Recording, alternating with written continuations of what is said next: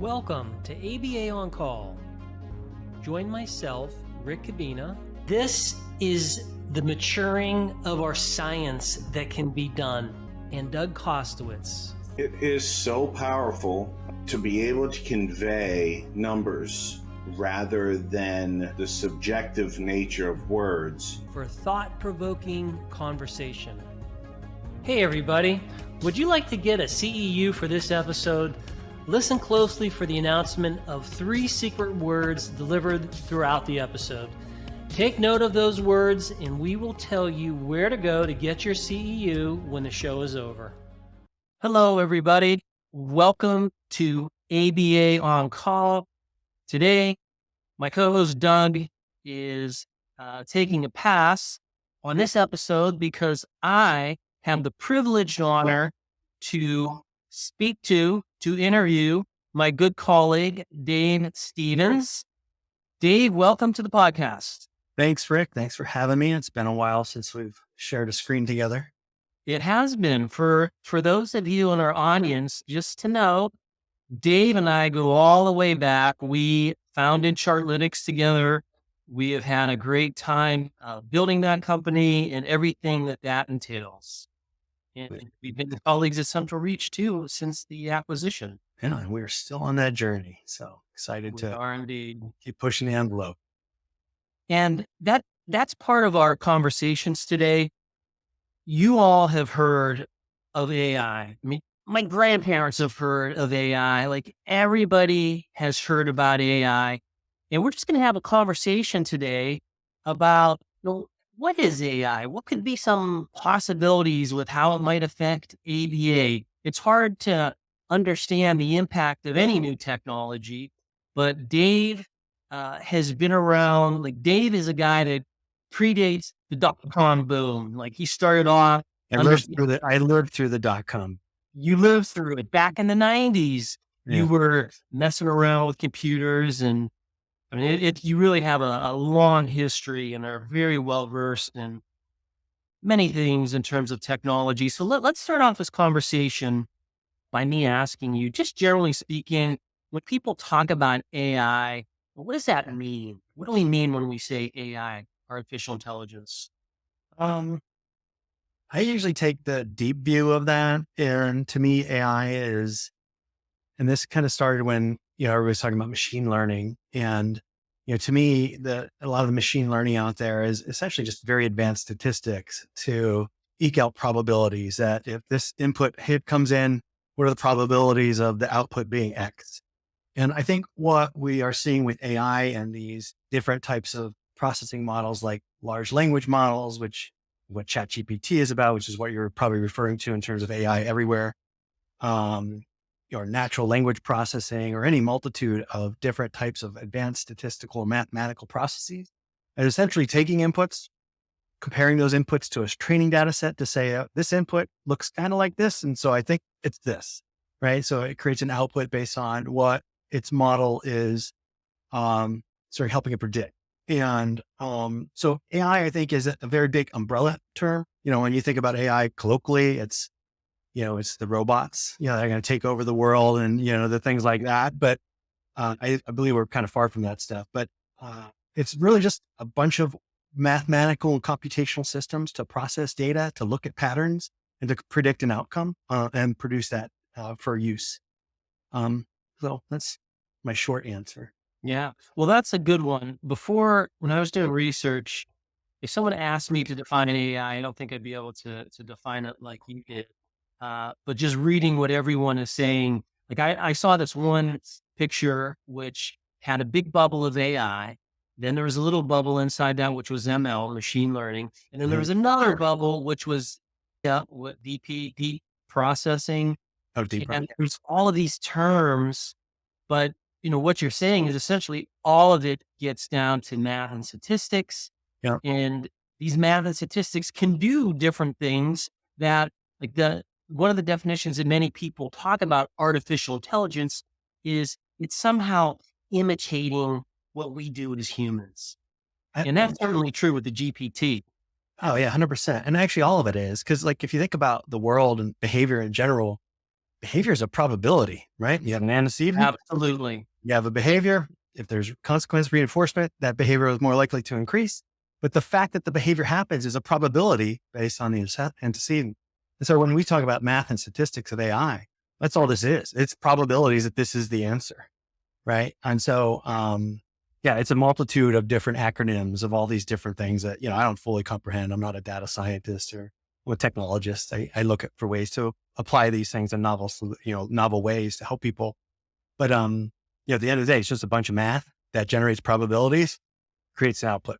And, you hear things in how ChatGPT was trained with what is called reinforcement human learning, something like that. They create a reinforcement process to say, that was the right answer. That was the wrong answer. And this thing, just like a human, it gets reinforcement from the right answers. And so it's more probable to use that answer in the future.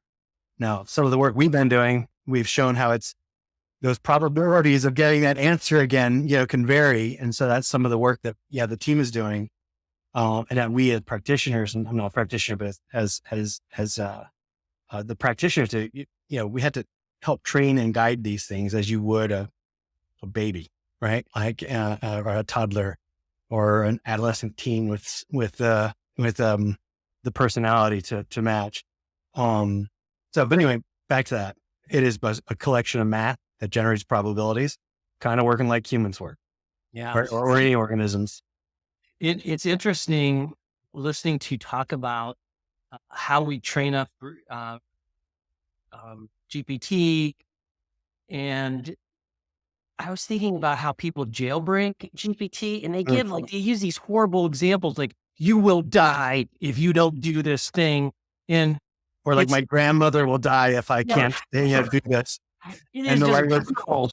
And then again, you can't help but be empathic as a human, but it's just this math that's happening. And it's interesting too, just our whole, I guess, how we deal with technology. Like I had a friend telling me that his grandma was visiting and they were saying things to Siri or Alexa and they were like being mean to it. And the grandma was like, don't talk that way to Alexa. And I think, similarly, when people jailbreak GPT with and that simply means you're asking GPT to do things that are outside of its bounds. People try to put these guardrails on it. So, it's not telling you how to build a bomb or whatever. And just that whole area I find fascinating. Yeah, it's interesting. I don't understand the math. It's this concept of these massive values, like thousands of dimensions. So if you think about an array or an Excel spreadsheet with thousands of columns, right? Each one of those rows in that column is the vectorization of language. And so what you're doing is the guardrails tell you, don't process these things that it has in its database, process these other things. But it's very interesting. And I believe a lot of people don't even understand that even the people that make these, if you listen to Sam Altman and so forth, we don't really understand how this is actually doing what it's doing, which is a little scary, but I think it's we'll figure it out. Applying the scientific method here, but basically when you do these jailbreaks, you're like skipping guardrails to get it to search in some other area of its memory or this vector database to give you answers. So arguably, should that data be in its system? Probably not, and that's the best way to ensure it doesn't answer things like how to make a bomb. But it's just like fascinating how like these things get to, like, you and I have been playing around with this since, it kind of launched. And to me, it's fascinating. I shared a thing on our channel with the characters in the game, and they were all in this like little world. You can go online, and maybe we can put that in the show notes. You can go online and look at how they interact with each other, and it's all just ChatGPT talking to itself. And so you prompt it to say, you're a super genius, but you have trouble communicating to people. Not unlike you, Rick. No, I'm kidding. Yeah, I go around there. They have these points of reference, and they kind of like do their thing. But like that technology we referred to earlier, about your grandmother, don't be mean to Siri. Like we have this, I don't know if it's an instinct, a learned behavior, or if it's just natural, where we personify these things. Like we personify dolls, like when we're kids, and like we have these inanimate objects that we project a personality and a thing to. And I don't think AI is going to be much different. The only problem here is that AI, I think about Skinner's work with verbal behavior. All a language model is when you're talking to these things, it's basically doing verbal behavior back with you. And it's reinforced by you saying, this is great, or this is not great, just like a normal human is. And so like, now you have this inanimate object that's AI, and it's actually going to talk back to you in a way that maybe a human might, and so it's like, it's weird to think about, and but it's exciting, very exciting. I want to dive into this stuff. Well, that brings us to our first secret word, which is LLM. And we figured LLM is a lot easier to write down than large language model, which Indeed. that's where that comes from. Yeah. Well, let me ask you some personal, professional questions. How has AI impacted you? Like, what are you using it for in your own professional, personal life? Like, how is AI getting into your world, for good or ill? Yeah.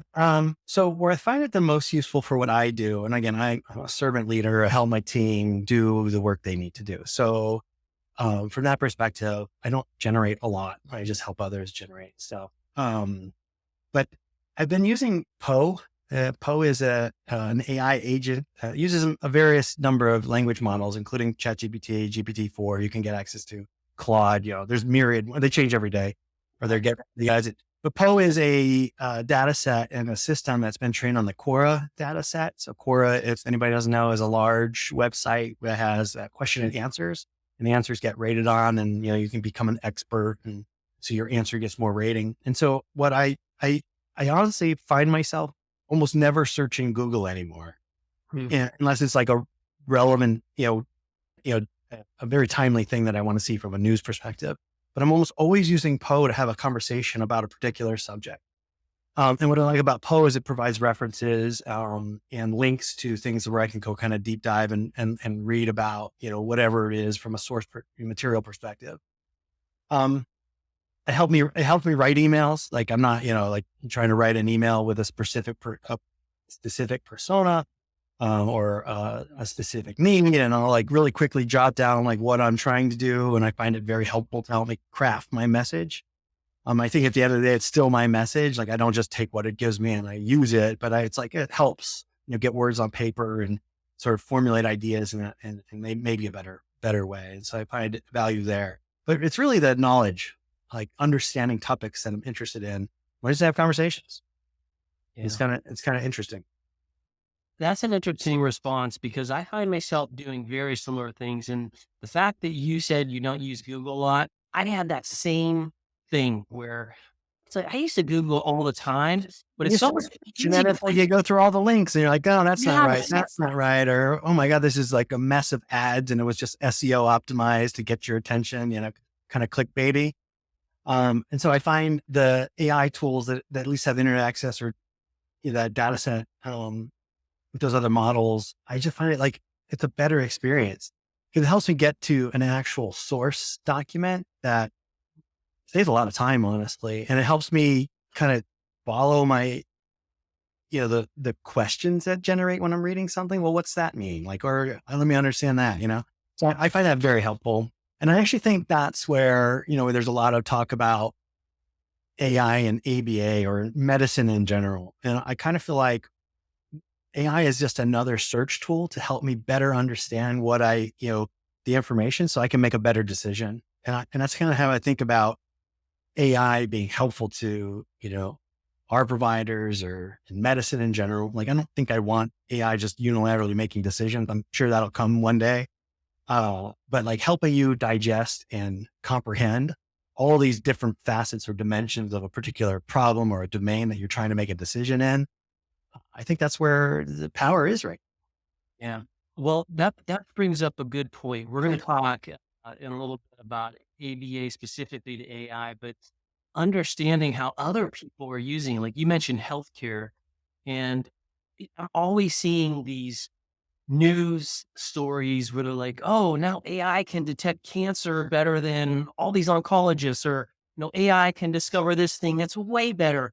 And when you think about that, if it's being trained on all these decision makings and whatever, and AI can do more than just take that.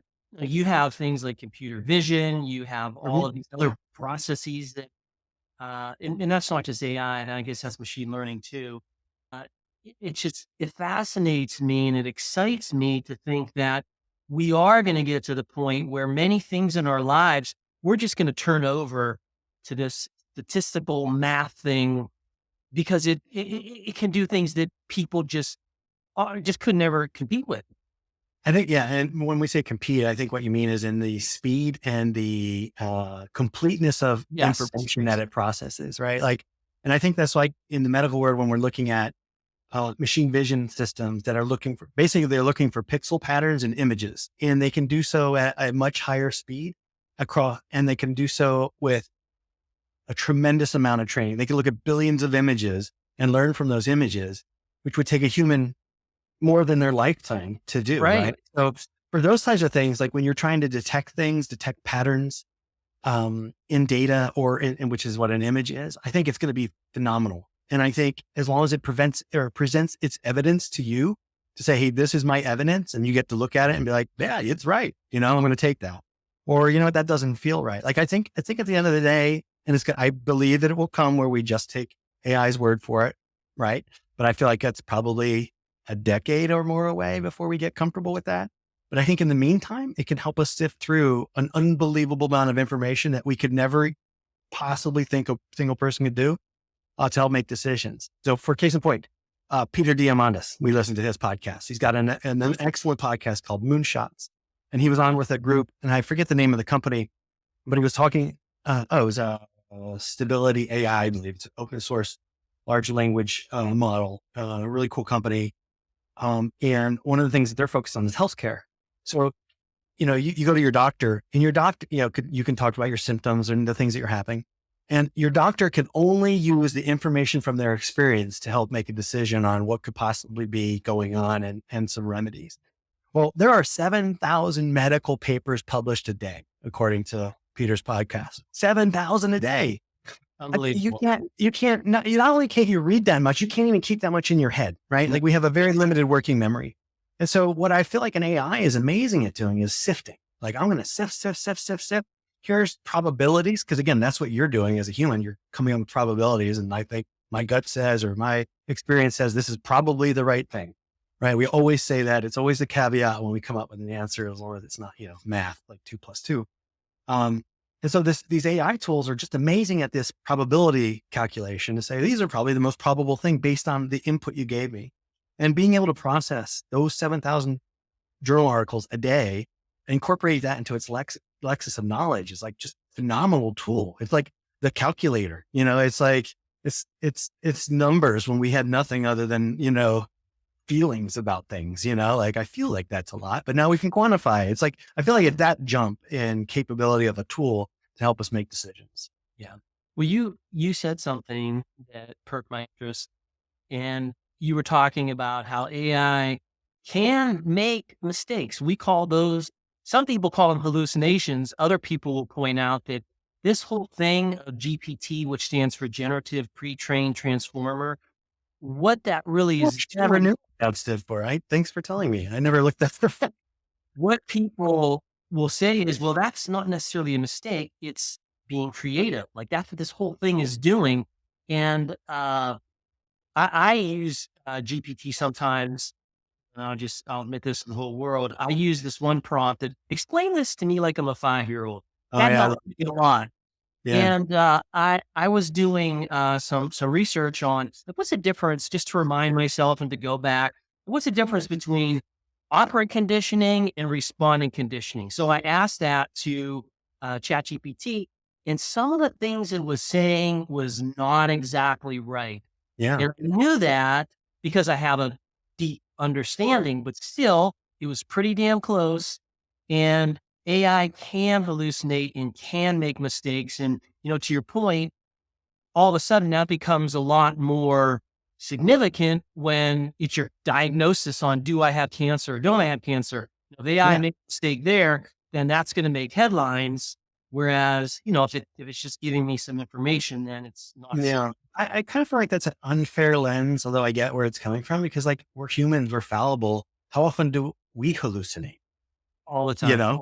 Like our memory's fallible, was proven, right? It fades. It's driven by emotion, and it fades over time and it morphs over time based on our internal thought patterns and things like that. And so like we hallucinate all the time. We think something's true and it's not. And so, and I think that's where, like in that example where you asked it some specific definitions and, operant conditioning and so forth, we have to remember that these large language models are trained on the totality of published human information accessible on the internet. And that's everything from stuff that's accurate to stuff that's not accurate. Right. And it doesn't know, like it can't, right. It has no idea. And so what I think made ChatGPT and the GPT-4 so amazing is that when you actually read into how they did it is with millions of people, literally millions of people, who were essentially training it with correct and incorrect responses. So it basically would ask a question. If that question was accurate, it would tell the system that it was accurate. If it was inaccurate based on that person's domain knowledge, it would say it was inaccurate, right? They would judge it and that would go back into its model. And so I think, everybody thinks it's magic, but it's doing is digesting and creating mathematical models of language that's found on the internet, written language. And so it's going to have a lot of wrong answers in it. And that's actually something that we're dealing with right now. So CentralReach released, we're working on CARI, lowercase C-A-R-I. It's actually a CR plus AI. We've shuffled the letters. So it kind of came out cute. Also goes along with our CR CARI exciting, which is our outreach program, community volunteer program. But what we're finding is that like it gets very close to the answer. And if you didn't know any better, you would think it was the right answer when it's speaking specifically about behavior analytic concepts and definitions. But when you really evaluate it, it's not right. And we have to be right. And so what our team is doing now is we set up these pipelines. So we have all this source data that we have with tremendous amount of data. And so we have this data, we take it through the process, cleaning it up, feeding it into the system. It's called chunking and embedding and all these weird words. But ultimately what you're doing is creating mathematical constructs of this information. And then what we find is most kind of challenging right now is untraining these large language models on its misinterpretation of behavior analytic principles. For instance, punishment. Behavior analysts are the only ones that talk about punishment and the way behavior analysts talk about punishment. True. The rest of the world, meaning all written language, Shakespeare, from Shakespeare to everything, the dictionary, punishment is different, right? Like punishment is defined differently. So you can really quickly get this thing off the rails, hallucinating, if you will, because it doesn't have our context. So what we're working on, what the team works on daily now is to train it on our own lexicon of information, and definitions and the way we use these terms, because, ABA is a very technical language. And so it's just a fascinating time to be alive. It's both super exciting and a little bit scary, like of how the world's going to change.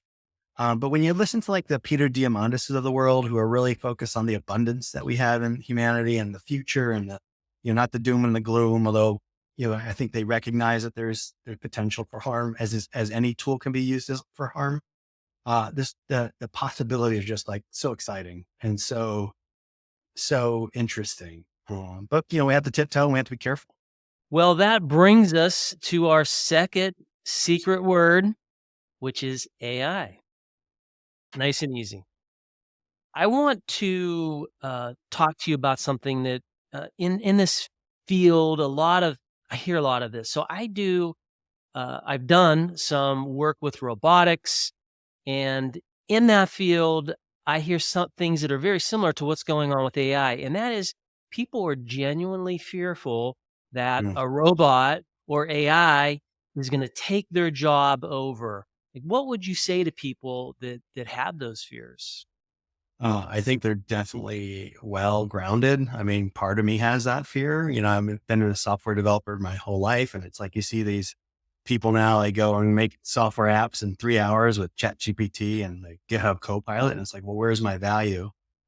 So I do think it's just a shift in value, and it's something we have to get comfortable with, and we have to, maybe experience the benefits of what AI can do to help us be comfortable, right? Because if you don't know what they do, they don't know how and it's just this sort of amorphous concept. It's not concrete. You just have this generalized fear of it. It makes it scary, I guess. But when you see the solutions doing what they can do, and then you're like, recognize that this is like a force multiplier for me. This is like going from walking to riding a bicycle now, I think, maybe that helps. Do you have any experience? Yeah, well, in the study that we did get some of that at the very beginning, but when we took the social validity, when we looked at the social validity data at the end, nobody had that thought. And in Like fact, clinicians and everyone, technicians, like, yes, exactly. uh, Everyone saw that the robot, what it did is it helped do this very particular thing, which is nowhere near being able to take over people's job. I think that's the other thing. If you're ignorant or you don't know about the technology, then it's easy to be fearful of it. But when you see what it does, then you don't have those fears. yeah, that makes sense. I mean, it's sort of back to that calculator example, right? It's like, oh Right. no, we're going from slide rules to calculators. Oh gosh, what's going to happen? Like, well, you just did more, like things were easier that were harder before, and now they're easier. I love the robot example because it's very interesting in terms of the instructional control it has over the kids. Like the kids really bond with these things, and robots don't get tired. They don't get sick. They don't get emotional. This is like the Terminator. Those things. This is like the Terminator. They don't, A nice Terminator. yeah, nice term. They don't sleep. They don't eat. No, they repeat the intervention 100% with, procedurally and, exactly the same, right? So the procedure integrity is exactly the same every time they implement it, and they can do it at nonstop, to give those repetitions that the learners sometimes need. So yeah, it's very cool. I like to think about where AI is going in ABA. Like, how can it help us? That's what I like about the technology.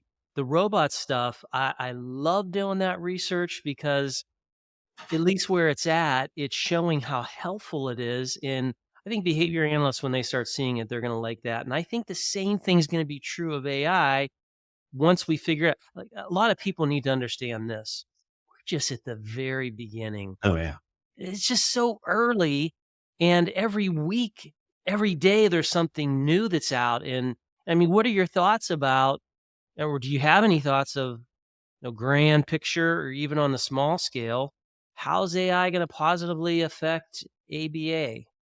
I really do think it comes back to helping us do more with less, reach more learners. There's everybody out there has wait lists, sometimes hundreds, maybe thousands of people, and so I think AI tools, when they're applied correctly and, the guardrails and all that stuff, are just going to help us really scale care and services, um, and maybe, provide tools to parents that are on wait lists. So there's things they can do immediately, with guidance. We have a new care coordinator product that provides parent training and parent materials, to help. And, but then there's no one for the parent to talk to until they're getting services. So can we create bots to help them navigate, within guardrails, being very careful what we're saying and suggesting, but help them, so they don't have to read books and tons of books because parents have, very little time as it is. So it's like, can we help them get quickly to possible ideas and things like that they could apply to their kids, either while they're waiting for services or perhaps even during. So I don't know. I think there's a lot of very specific sort of places we can put these tools to help clinicians and technicians do more, but by still sort of, I guess, keeping like the ultimate decision making in the hands of the clinicians. Yeah. I think when we talk about AI, we need to recognize that, yes, it can be used, it has uses therapeutically, but it has uses beyond that. It has uses for education, which No, is what we do in the so CR excited about Institute. yeah, I'm so excited about the education prospects. Like I always go back to you'll love this Star Trek 4, when they find Spock and he's sitting in his little Right. pod and he's being asked all these questions by the computer. I was like, oh my God, how amazing that. Or like Ender's Game, where all the kids going through Ender's Game, they all have their personalized learning simulation, and it takes them through, the AI takes them through what it thinks is necessary. It's actually a funny chapter because like everybody that's watching this happen with Ender, they don't know what the AI is doing. But they're like, we got to trust it. It knows what it's doing. That's I think a few thousand years in the future or something, but Not that many years, maybe 2 years. yeah. Oh, so that's crazy. There are other mundane things that I think are really cool. Like I'm sure you've seen this. right now, if we had AI, we do probably have products that do this, but they have these things that you plug in for Zoom, and it will Oh yeah. automatically record everything. So if you're having a meeting with a parent or whatever, and you have permission, that entire transcript would be made, and then AI will give you all the main points. I mean, how nice is that? And that's one of those things where, okay, in the past, you would be like, you're the note taker.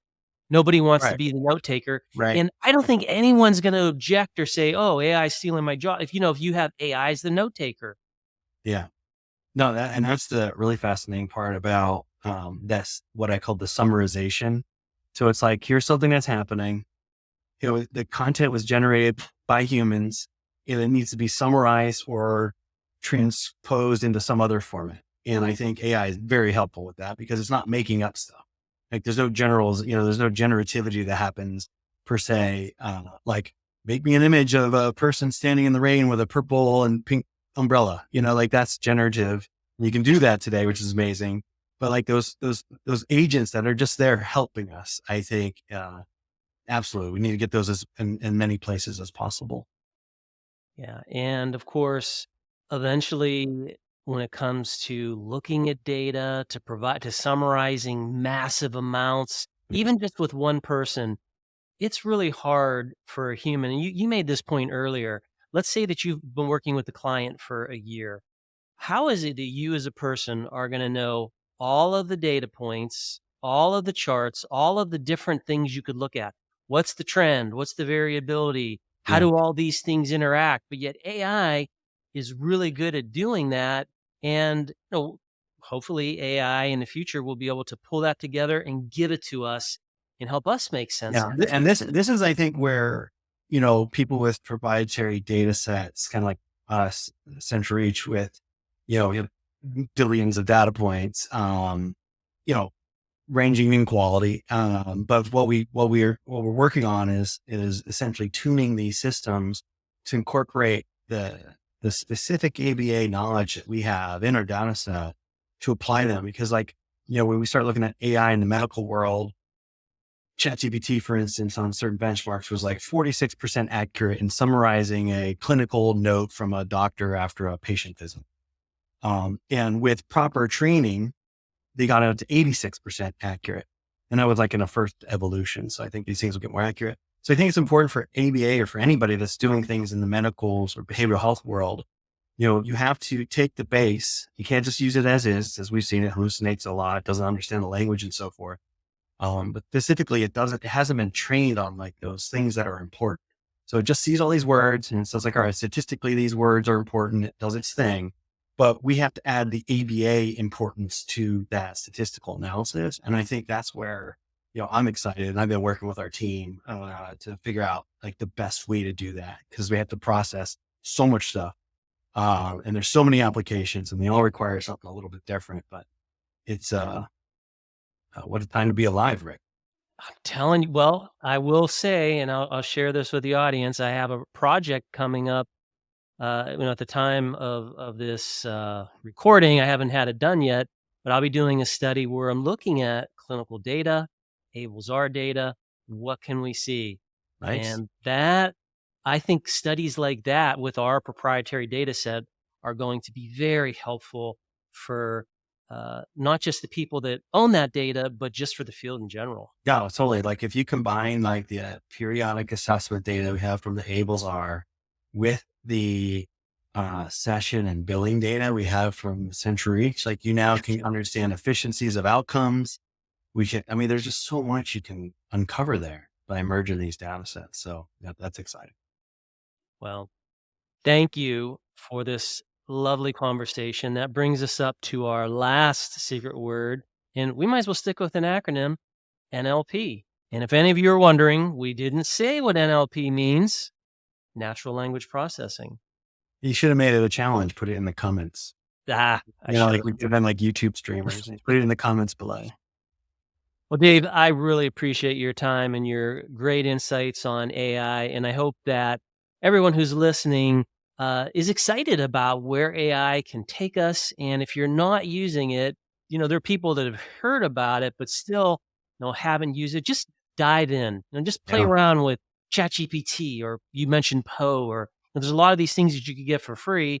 And if you play around with it, you can see what it can do. And I think, that you can see how it can help you in whatever you're doing. Yeah, no, definitely got to start messing around. Well, thank you all. Dave, Thank you for having me, Rick. All right, thank you all for listening to ABA On Call. Thanks for watching this episode of ABA On Call. To get your CEU, follow the link and instructions below the video. You can enjoy the program again there, or you can go straight to the attendance verification quiz. Just enter the secret words and pay the CEU fee to generate your certificate.